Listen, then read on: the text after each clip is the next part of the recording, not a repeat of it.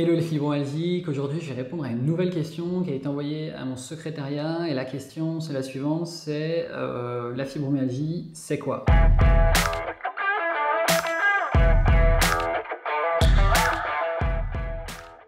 Et souvent quand on se pose cette question, c'est que soit on a été diagnostiqué, soit on a l'impression qu'on a ce syndrome.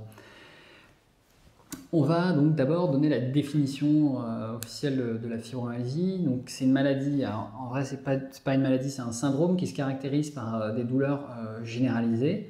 Ça c'est la première chose. Ensuite c'est associé à une fatigue, mais aussi à des troubles du sommeil et souvent aussi à une détresse psychologique. Puisque c'est pas compliqué, hein. À partir du moment où on a mal tout le temps, on est fatigué tout le temps et on ne dort pas bien, c'est normal que ça ait un impact sur notre psychologie. Donc voilà, ça c'est la définition, on va dire, de la fibromyalgie. On peut lui donner plusieurs noms à cette fibromyalgie, donc soit juste fibromyalgie, soit syndrome fibromyalgique, soit syndrome polyalgique idiopathique diffus, qu'on appelle SPID, oui c'est ça. Ensuite, on peut aussi dire fibrosite ou polyantésopathie. Alors celui-là, voilà, c'est le dernier. Donc voilà, c'est un syndrome qui a plusieurs noms. Je ne vais pas rentrer dans le détail pourquoi, mais voilà, bref, on peut l'appeler de différentes manières. La fibromyalgie, c'est quand même souvent le mot qui est le plus utilisé, en tout cas en France. Alors, on ne parle pas de maladie normalement avec la fibromyalgie, même si en réalité c'en est une, en tout cas sur ma vision des choses.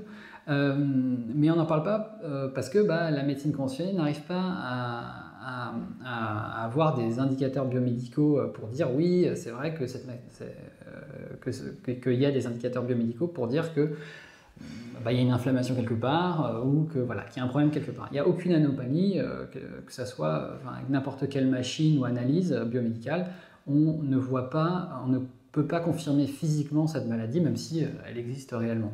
Donc c'est pour ça qu'elle reste au stade de syndrome pour la médecine conventionnée, puisque obligatoirement la médecine conventionnée a besoin d'avoir un indicateur, un signe biomédical pour dire ah oui c'est vrai, je vois telle inflammation, c'est-à-dire que on peut matérialiser cette maladie grâce justement à des analyses.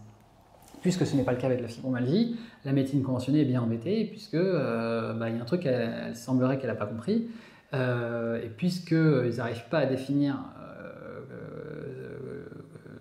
comment mesurer cette fibromyalgie, cette fibromyalgie reste au stade de syndrome, puisqu'on n'arrive pas justement à pouvoir définir matériellement ce qu'est vraiment cette fibromyalgie.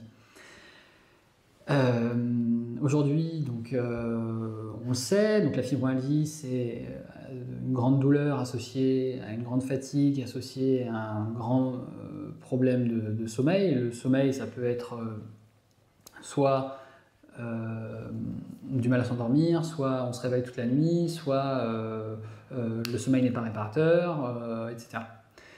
On sait aujourd'hui qu'il y a 2 à 5% de la population dans les pays occidentaux qui sont fibromyalgiques. Donc c'est pas une maladie rare, c'est vraiment une maladie quand même qui est assez répandue. 2 à 5% de la population, c'est quand même énorme. Aujourd'hui, c'est à peu près 2% des femmes qui sont... c'est à peu près... Non, c'est la grande majorité des fibromyalgiques sont des femmes. Et le syndrome se déclare aux alentours de la trentaine. Donc on l'a vu, il y a plusieurs symptômes pour la fibromyalgie. La douleur, donc elle peut être diffuse au niveau donc, des muscles et des tendons. Il y a 18 points principaux, alors j'en ai parlé dans un épisode, il y a 18 points principaux pour être diagnostiqué fibromyalgique. Il faut souvent au moins avoir 11 des points qui font mal. Il faut que cette douleur elle soit dans tout le corps, pas simplement isolée à un endroit. Il faut que cette douleur elle soit là depuis au moins 3 mois et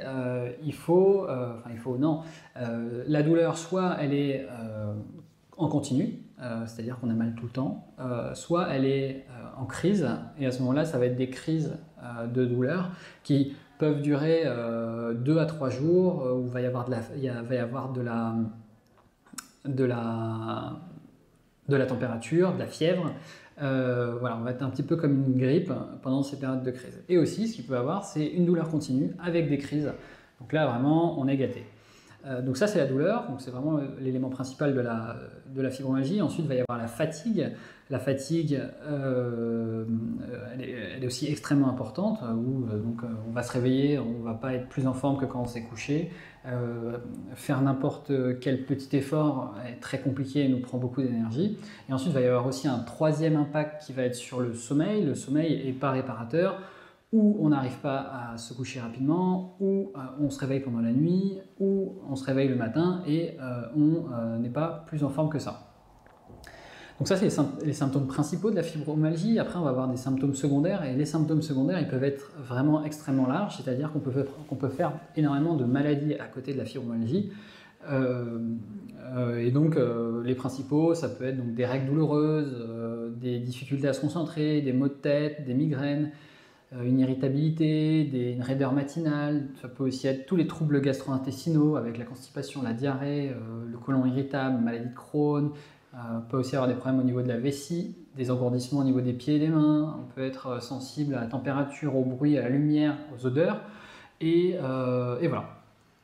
Donc là, on voit déjà que les symptômes principaux quand on fait de la fibromyalgie, c'est déjà quand même assez important. Ça a un impact énorme sur notre quotidien. Mais en plus, souvent, la fibromyalgie est associée à d'autres troubles que les symptômes principaux, comme si ça ne suffisait pas. Et donc, on va avoir des symptômes secondaires. Et donc, ils peuvent être très larges. On peut vraiment faire énormément de différentes autres maladies à côté de la fibromyalgie. Et on le verra aussi justement dans l'explication, puisque dans cet épisode, je vais essayer d'expliquer les causes de la fibromyalgie, qui auront donc aussi un impact sur les symptômes secondaires qu'on a quand on est fibromyalgique, pour montrer ensuite comment moi, chez Epigenis, j'accompagne mes clients fibromyalgiques à travailler sur la cause de leur fibromyalgie, pour ensuite voir que à la fin du programme, les personnes ne sont plus fibromyalgiques, puisqu'ils ont réussi à régler à travailler sur la cause de leur fibromyalgie. Ce qu'il faut savoir, c'est qu'en termes d'évolution, il n'y a pas de complications graves. C'est-à-dire que la fibromyalgie, c'est déjà au quotidien extrêmement grave, en tout cas dans les symptômes. Elle est déjà extrêmement éprouvante au quotidien, mais ça ne va pas. Alors souvent, j'ai beaucoup de mes clients qui me demandent si ils vont devenir un jour paralysés ou pas.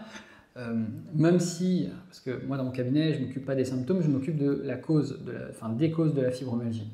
Mais on voit que même les personnes qui s'occupent que des symptômes et qui ne s'occupent pas de la cause de leur fibromyalgie ne deviennent pas paralysées.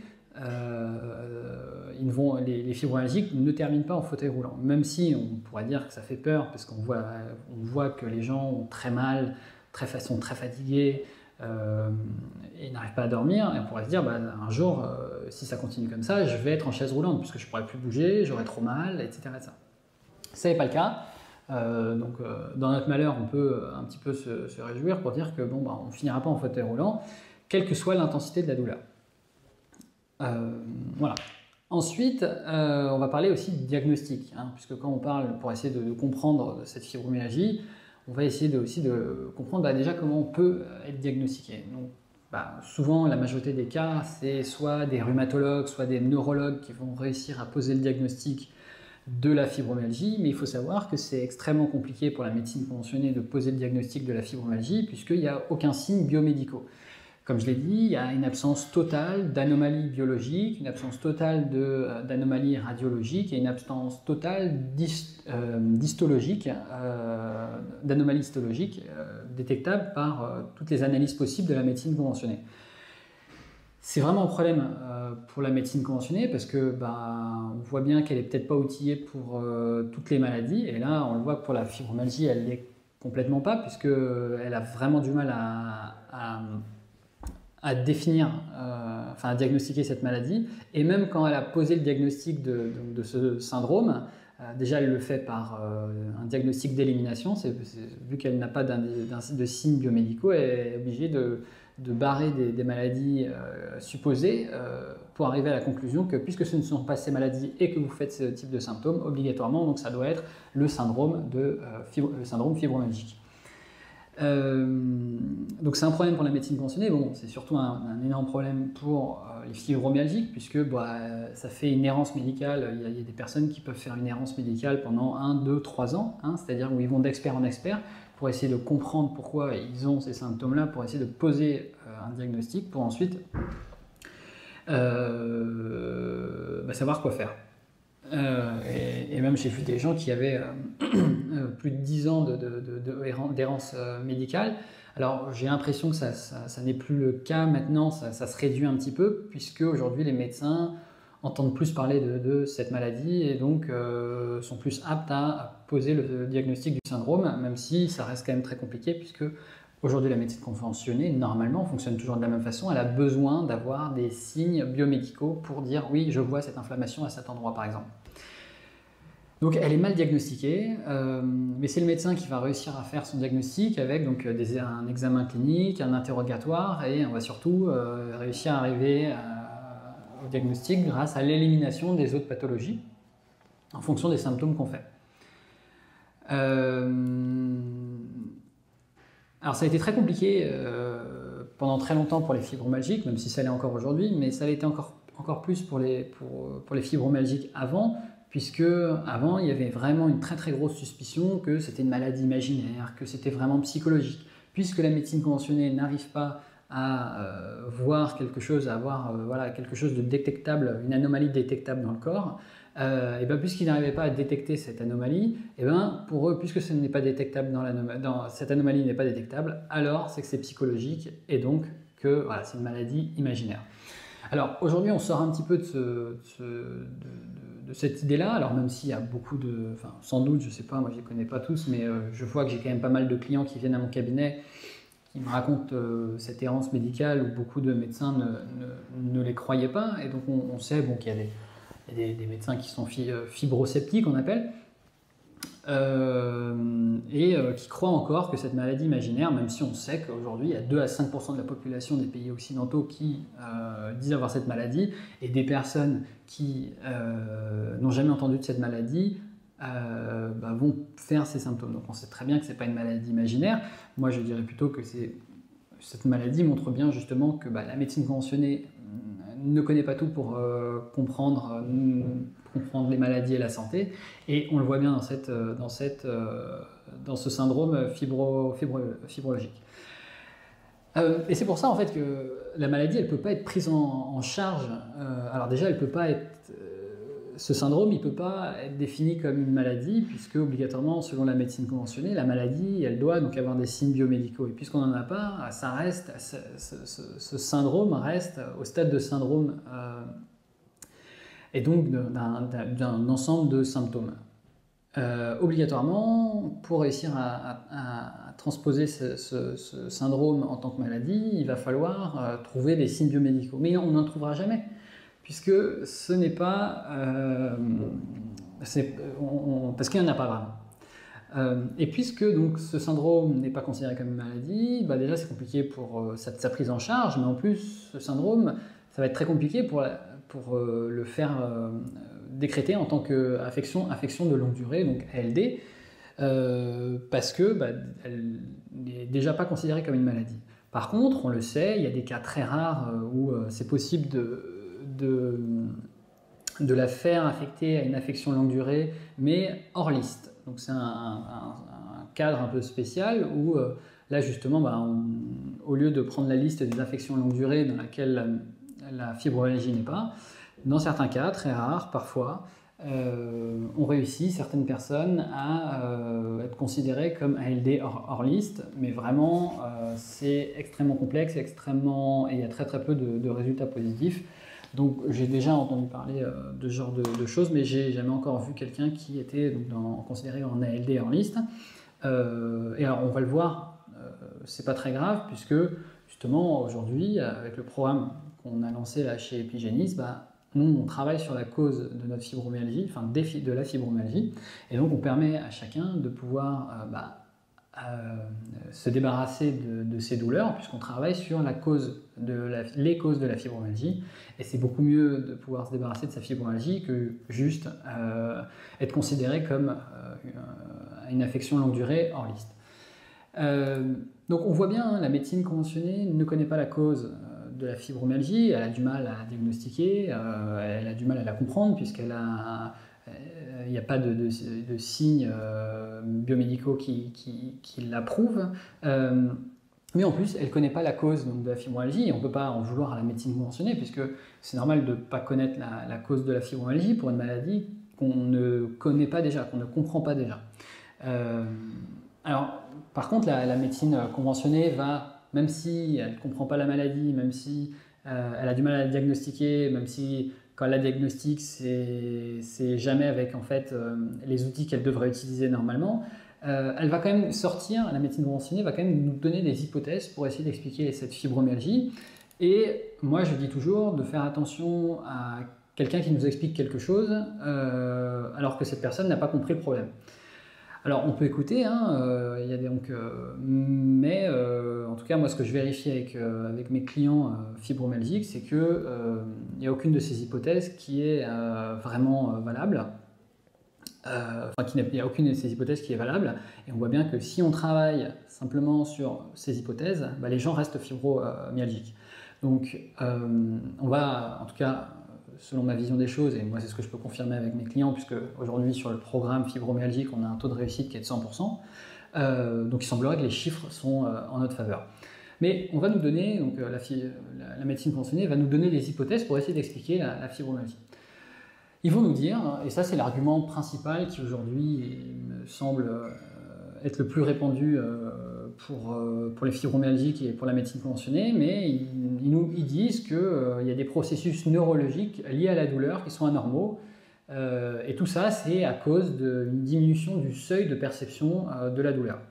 Donc en fait, les fibromyalgiques aurait un seuil de perception de la douleur qui est beaucoup plus faible que la moyenne. Et donc, c'est puisqu'ils ont un système, un processus neurologique qui dysfonctionne, que ces personnes vont avoir des symptômes beaucoup plus douloureux. Moi, ce que je peux vérifier, c'est que, en tout cas, dans mon cabinet, quand on accompagne, donc on a un client fibromyalgique, bah, on ne travaille pas du tout sur tout ce qui va être système nerveux. Ce n'est pas du tout là où nous on met nos efforts, et après je vous expliquerai où on met nos efforts. Et pourtant, on a les meilleurs résultats possibles, c'est-à-dire que les gens, au bout à la fin du programme, n'ont plus leurs symptômes fibromyalgiques, ne sont plus fatigués et réussissent à dormir normalement comme tout le monde. On voit bien en fait que simplement le problème au niveau du système nerveux, c'est simplement un symptôme. La cause n'est pas le système nerveux. Alors, si c'était ça, il faudrait nous expliquer, comme Hippocrate disait, il faut aller chercher la cause de la cause de la cause. Donc si c'est le problème au niveau du système nerveux, moi qu'on m'explique pourquoi le système nerveux a une anomalie dans la perception de la douleur, et à ce moment-là, je voudrais bien tester avec mes clients, même si je ne suis pas du tout convaincu, puisque nous, on a un taux de réussite qui est de 100%, où on va travailler sur les deux causes de la fibromyalgie qu'on a découvert, qu'on a bien travaillé avec nos clients et qu'on sait être réel, puisque on n'a pas un seul échec sur notre programme.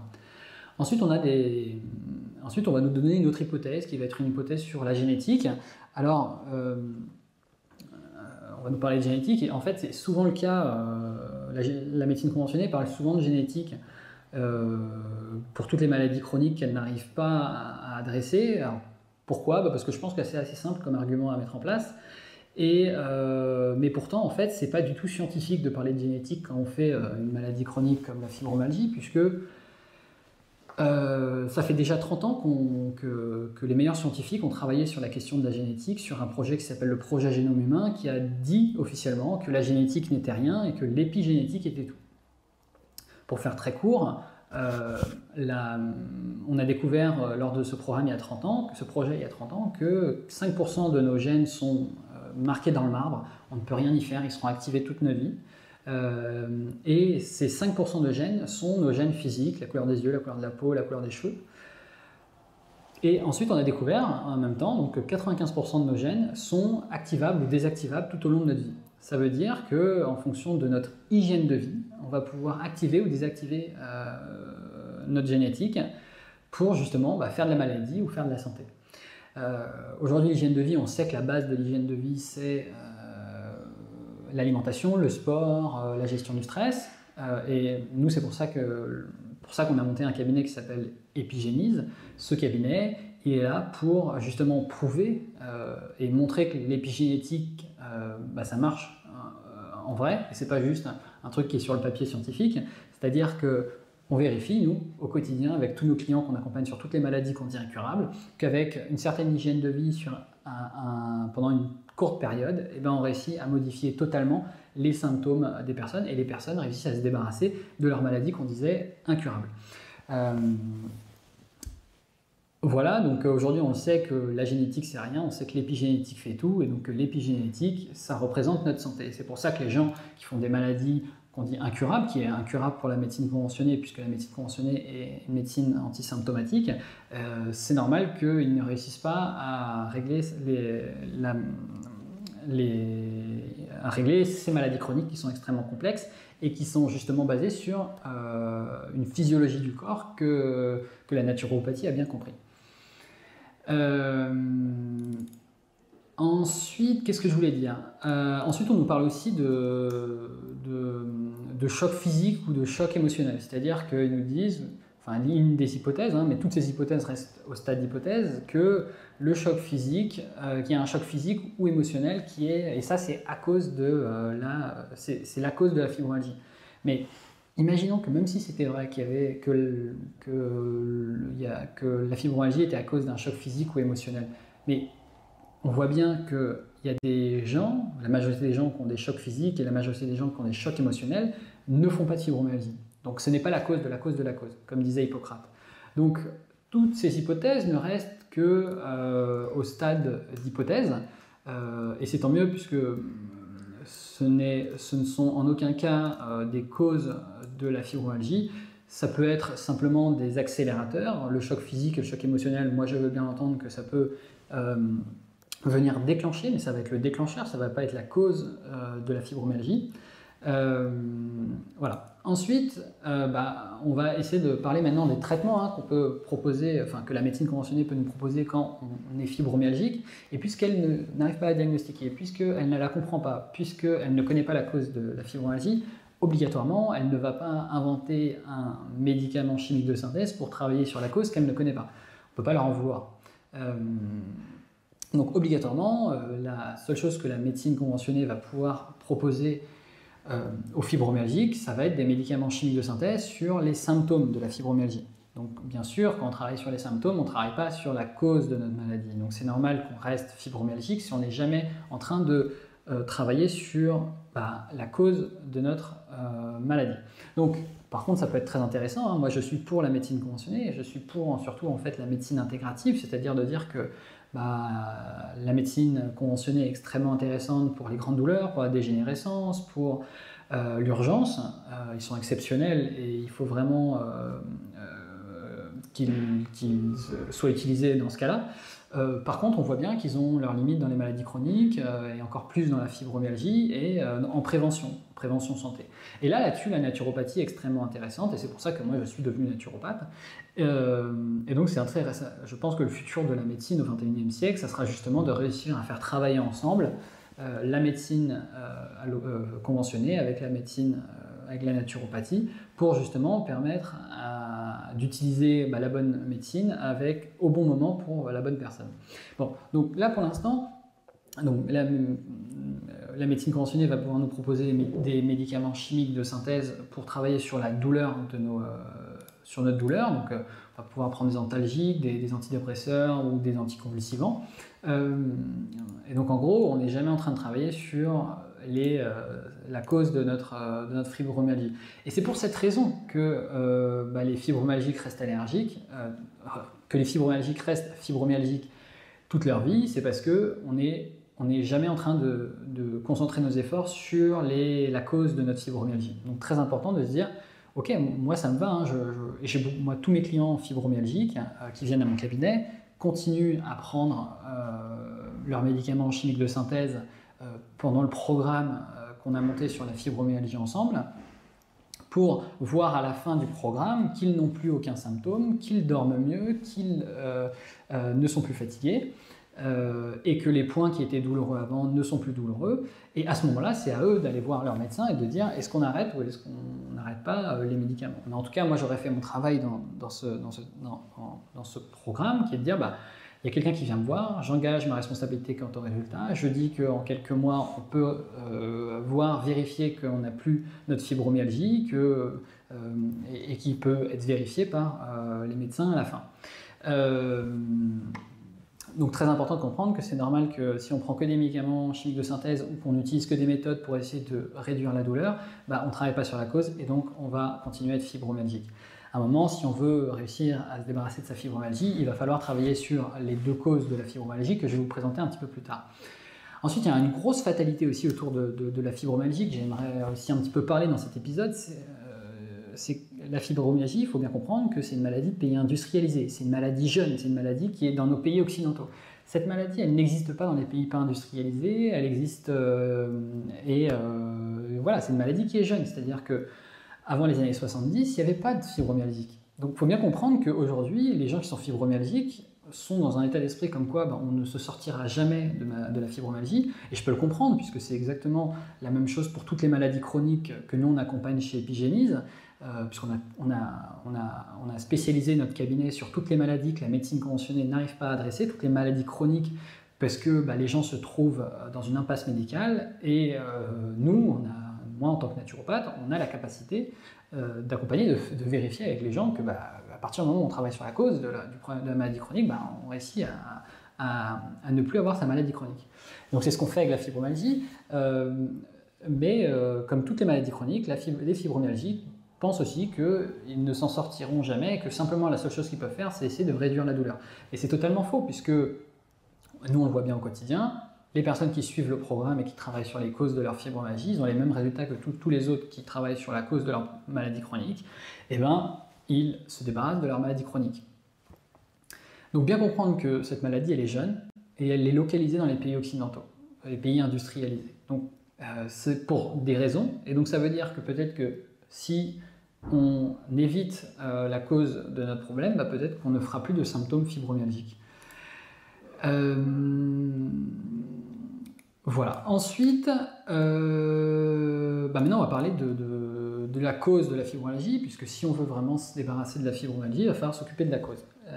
La cause de la fibromyalgie, c'est qu'il y a deux types de cellules dans le corps qui sont totalement surchargées de toxines, de déchets à l'intérieur. Et alors, les déchets qui vont se trouver à l'intérieur de notre corps, ça va être des acides, et ces acides vont se placer sur deux types de cellules qui vont avoir un impact énorme sur les symptômes qu'on va faire.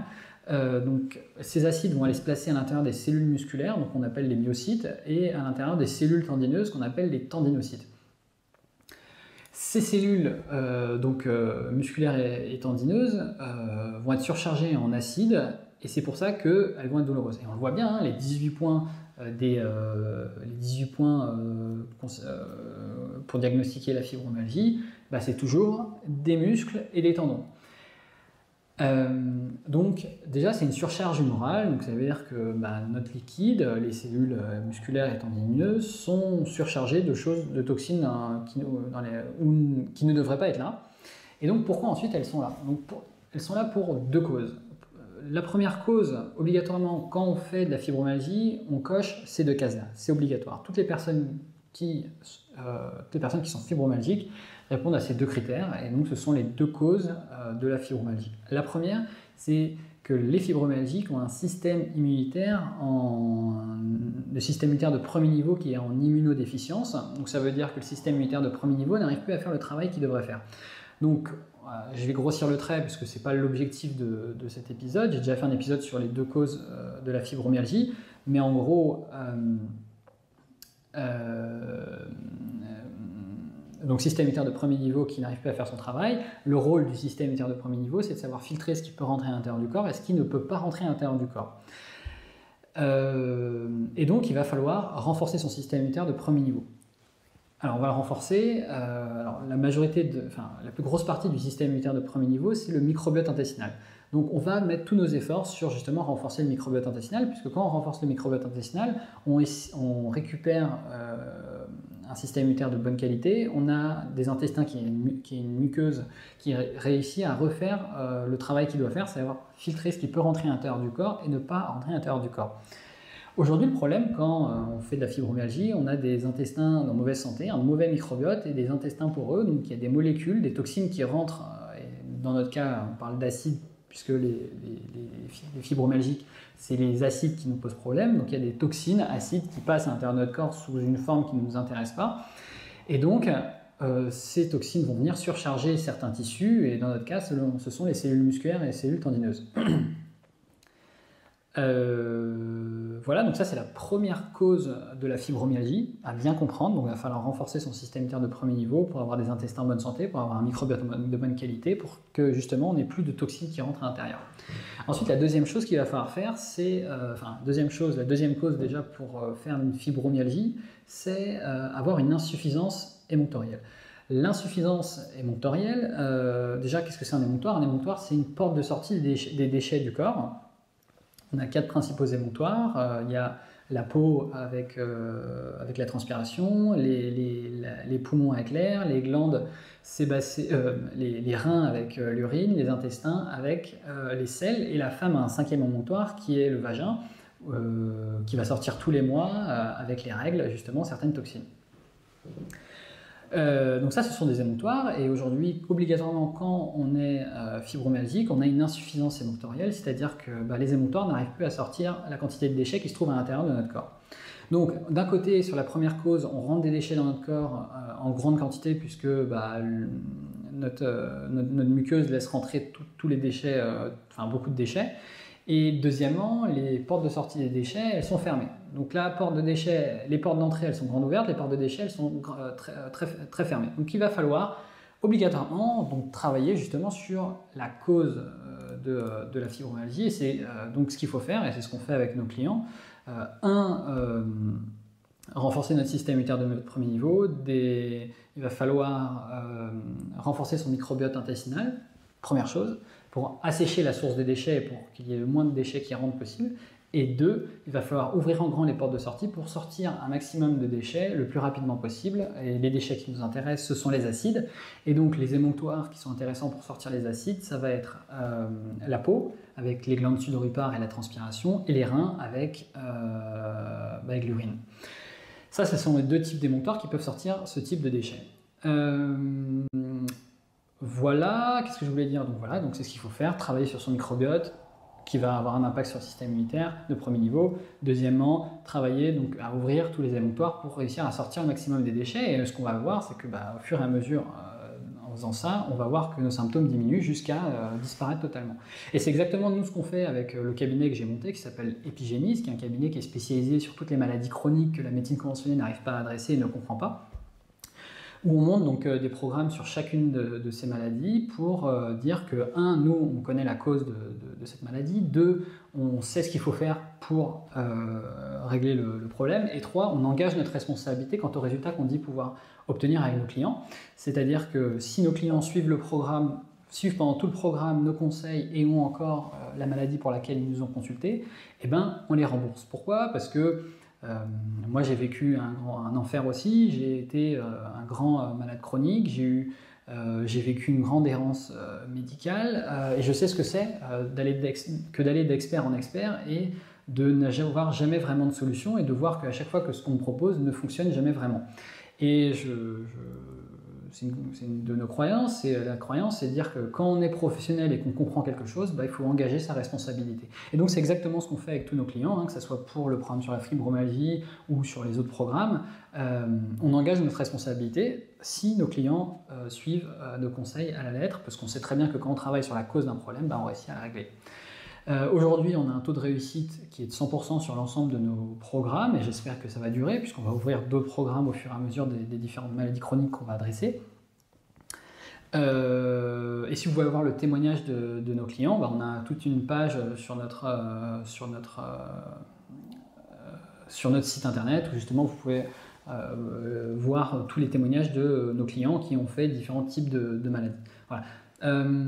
J'espère que j'ai bien répondu à la question. Maintenant, ce que je vais faire, c'est que je vais mettre un lien dans la description de l'épisode pour vous donner accès à du contenu gratuit pour commencer à réduire votre fibromyalgie.